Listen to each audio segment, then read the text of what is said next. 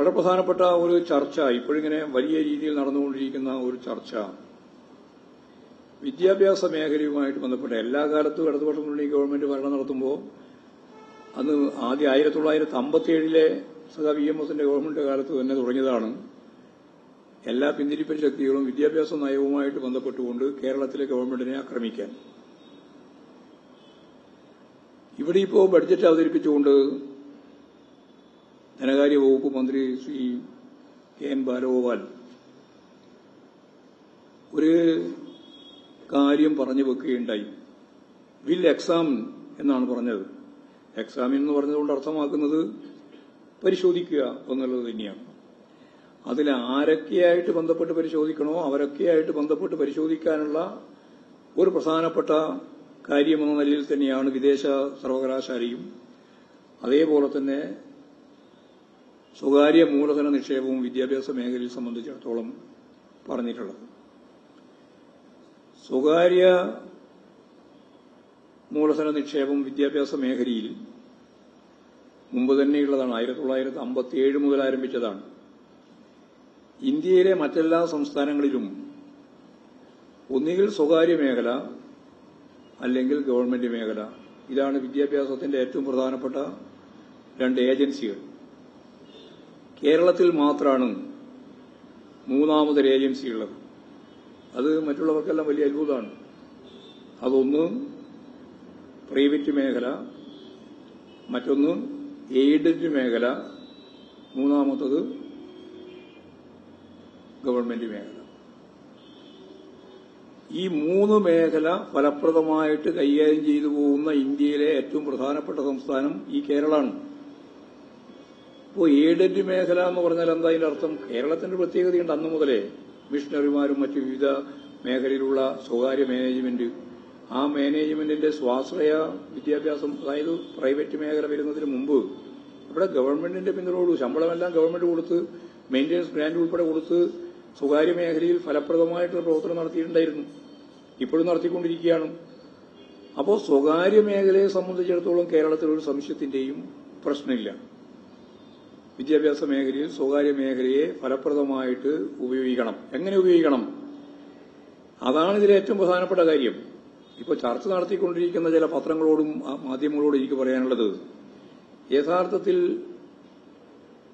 New education policy ഇന്ത്യയിൽ അവതരിപ്പിച്ചത് ആഗോളവൽക്കരണ പശ്ചാത്തലത്തിൽ രാജീവ് ഗാന്ധിയുടെ ഗവൺമെന്റാണ്. അന്നാണ് പുതിയ വ്യവസായം, പുതിയ വിദ്യാഭ്യാസം, എല്ലാ തരത്തിലുള്ള പുതിയ എന്ന് പറഞ്ഞുകൊണ്ട് ന്യൂ എഡ്യൂക്കേഷൻ പോളിസി എന്ന് പറഞ്ഞത്. ആ ന്യൂ എഡ്യൂക്കേഷൻ പോളിസിയുടെ ഉയർന്ന രൂപമാണ് ഇപ്പോഴ് നാഷണൽ എഡ്യൂക്കേഷൻ NEP. രണ്ടും NEP തന്നെ. മറ്റേത് ന്യൂ ആണ്, ഇത് നാഷണലാണ്. അപ്പോൾ ദേശീയ വിദ്യാഭ്യാസ നയം എന്ന് പറഞ്ഞുകൊണ്ട് അന്നത്തെ സ്വകാര്യവൽക്കരണത്തിന്റെ ഭാഗമായിട്ട് ചൂണ്ടിക്കാണിച്ച ഈ ന്യൂ എഡ്യൂക്കേഷൻ പോളിസിന്റെ പ്രത്യേകത എന്നാ? ഗവൺമെന്റ് മേഖലയെ ഇല്ലാതാക്കുക, പരിമിതിപ്പെടുത്തുക, എന്നിട്ട് സ്വകാര്യ മേഖലയെ ശക്തിപ്പെടുത്തുക. ഇതാണ് ഈ പറയുന്ന new education policy Rajiv Gandhi കൊണ്ടുവന്നത്. അതിന് പിന്തുണ നൽകിയവരാണ് കോൺഗ്രസ്, അതിന്റെ ഒപ്പം തന്നെയായിരുന്നു BJP, ഇപ്പോഴും അതെ.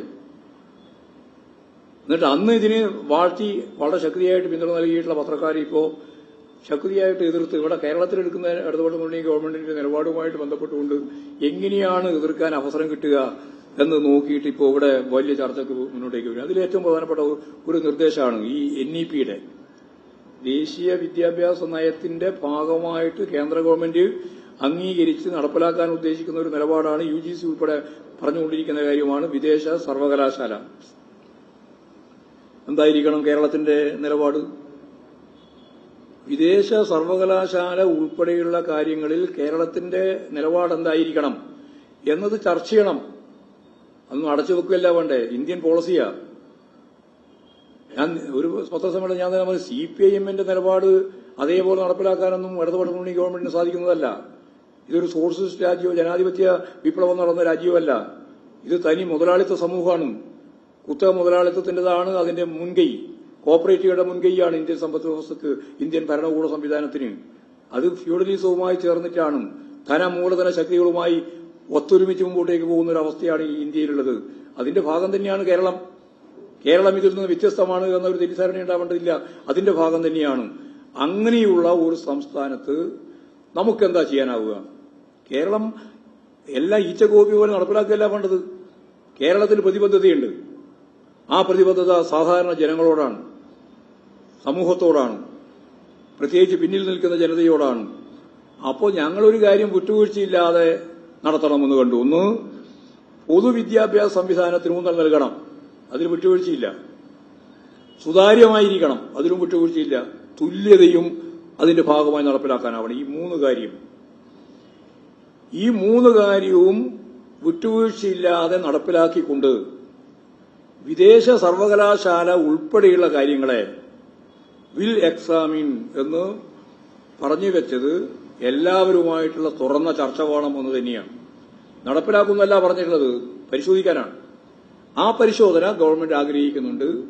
ആ പരിശോധന നടക്കേണ്ടതായിട്ടുണ്ട്, നടക്കണം എന്ന് തന്നെയാണ്. മറ്റെല്ലാ ഇന്ത്യൻ സംസ്ഥാനങ്ങളിലും ഇതിന്റെ ഭാഗമായിട്ട് കോൺഗ്രസും ബിജെപിയും എല്ലാം നടപ്പിലാക്കിക്കൊണ്ടിരിക്കുന്ന ഈ സന്ദർഭത്തിൽ നമ്മുടെ കേരളത്തിലെ വിദ്യാഭ്യാസ സംവിധാനത്തിന്റെ മുന്നോട്ടേക്കുള്ള യാത്രയിൽ ഞാൻ നേരത്തെ പറഞ്ഞ പ്രതിബദ്ധതയും സുതാര്യതയും തുല്യതയും, പിന്നെ വളരെ പ്രധാനപ്പെട്ട ഒരു കാര്യമാണ് നമ്മുടെ പൊതുവിദ്യാഭ്യാസ സംവിധാനത്തിന്റെ ഘട്ടം അതേപോലെ നിലനിർത്തിക്കൊണ്ട് തന്നെ, അതിന് മുൻകൈ നിലനിർത്തിക്കൊണ്ട് തന്നെ ഇത്തരം പരിപാടികൾ പരിശോധനാത്മകമായ രീതിയിൽ കാര്യങ്ങൾ കൈകാര്യം ചെയ്യണം എന്ന് തന്നെയാണ് 2020 നേരത്തെ പറഞ്ഞ NEP-യുമായിട്ട് ബന്ധപ്പെട്ടുകൊണ്ട് കേരളത്തിലെ വിദ്യാഭ്യാസ സംവിധാനത്തെ ഇനിയും എങ്ങനെ സർഗാത്മകമായിട്ട് മുന്നോട്ടേക്ക് നയിക്കാം എന്ന കാര്യത്തിന്റെ ഭാഗമായിട്ട് ചർച്ച ചെയ്യാനുള്ളത്. അപ്പോൾ ആ രീതിയിൽ ഇന്ത്യയിൽ എവിടെയില്ലാതെ ഈ എയ്ഡറ്റിനെയൊക്കെ പ്രോത്സാഹിപ്പിച്ചുകൊണ്ട് വന്നിരുന്ന ഒരു പ്രത്യേക സാഹചര്യവും പശ്ചാത്തലവും എല്ലാവർക്കും വ്യക്തതയുണ്ട് എന്ന് ഞാൻ ഇതിന്റെ ഭാഗമായിട്ട് ചൂണ്ടിക്കാണിക്കുക കൂടി ചെയ്യുകയാണ്. ഇത്രയും കാര്യങ്ങളാണ് പൊതുവായിട്ട് പറയാനുള്ളത്.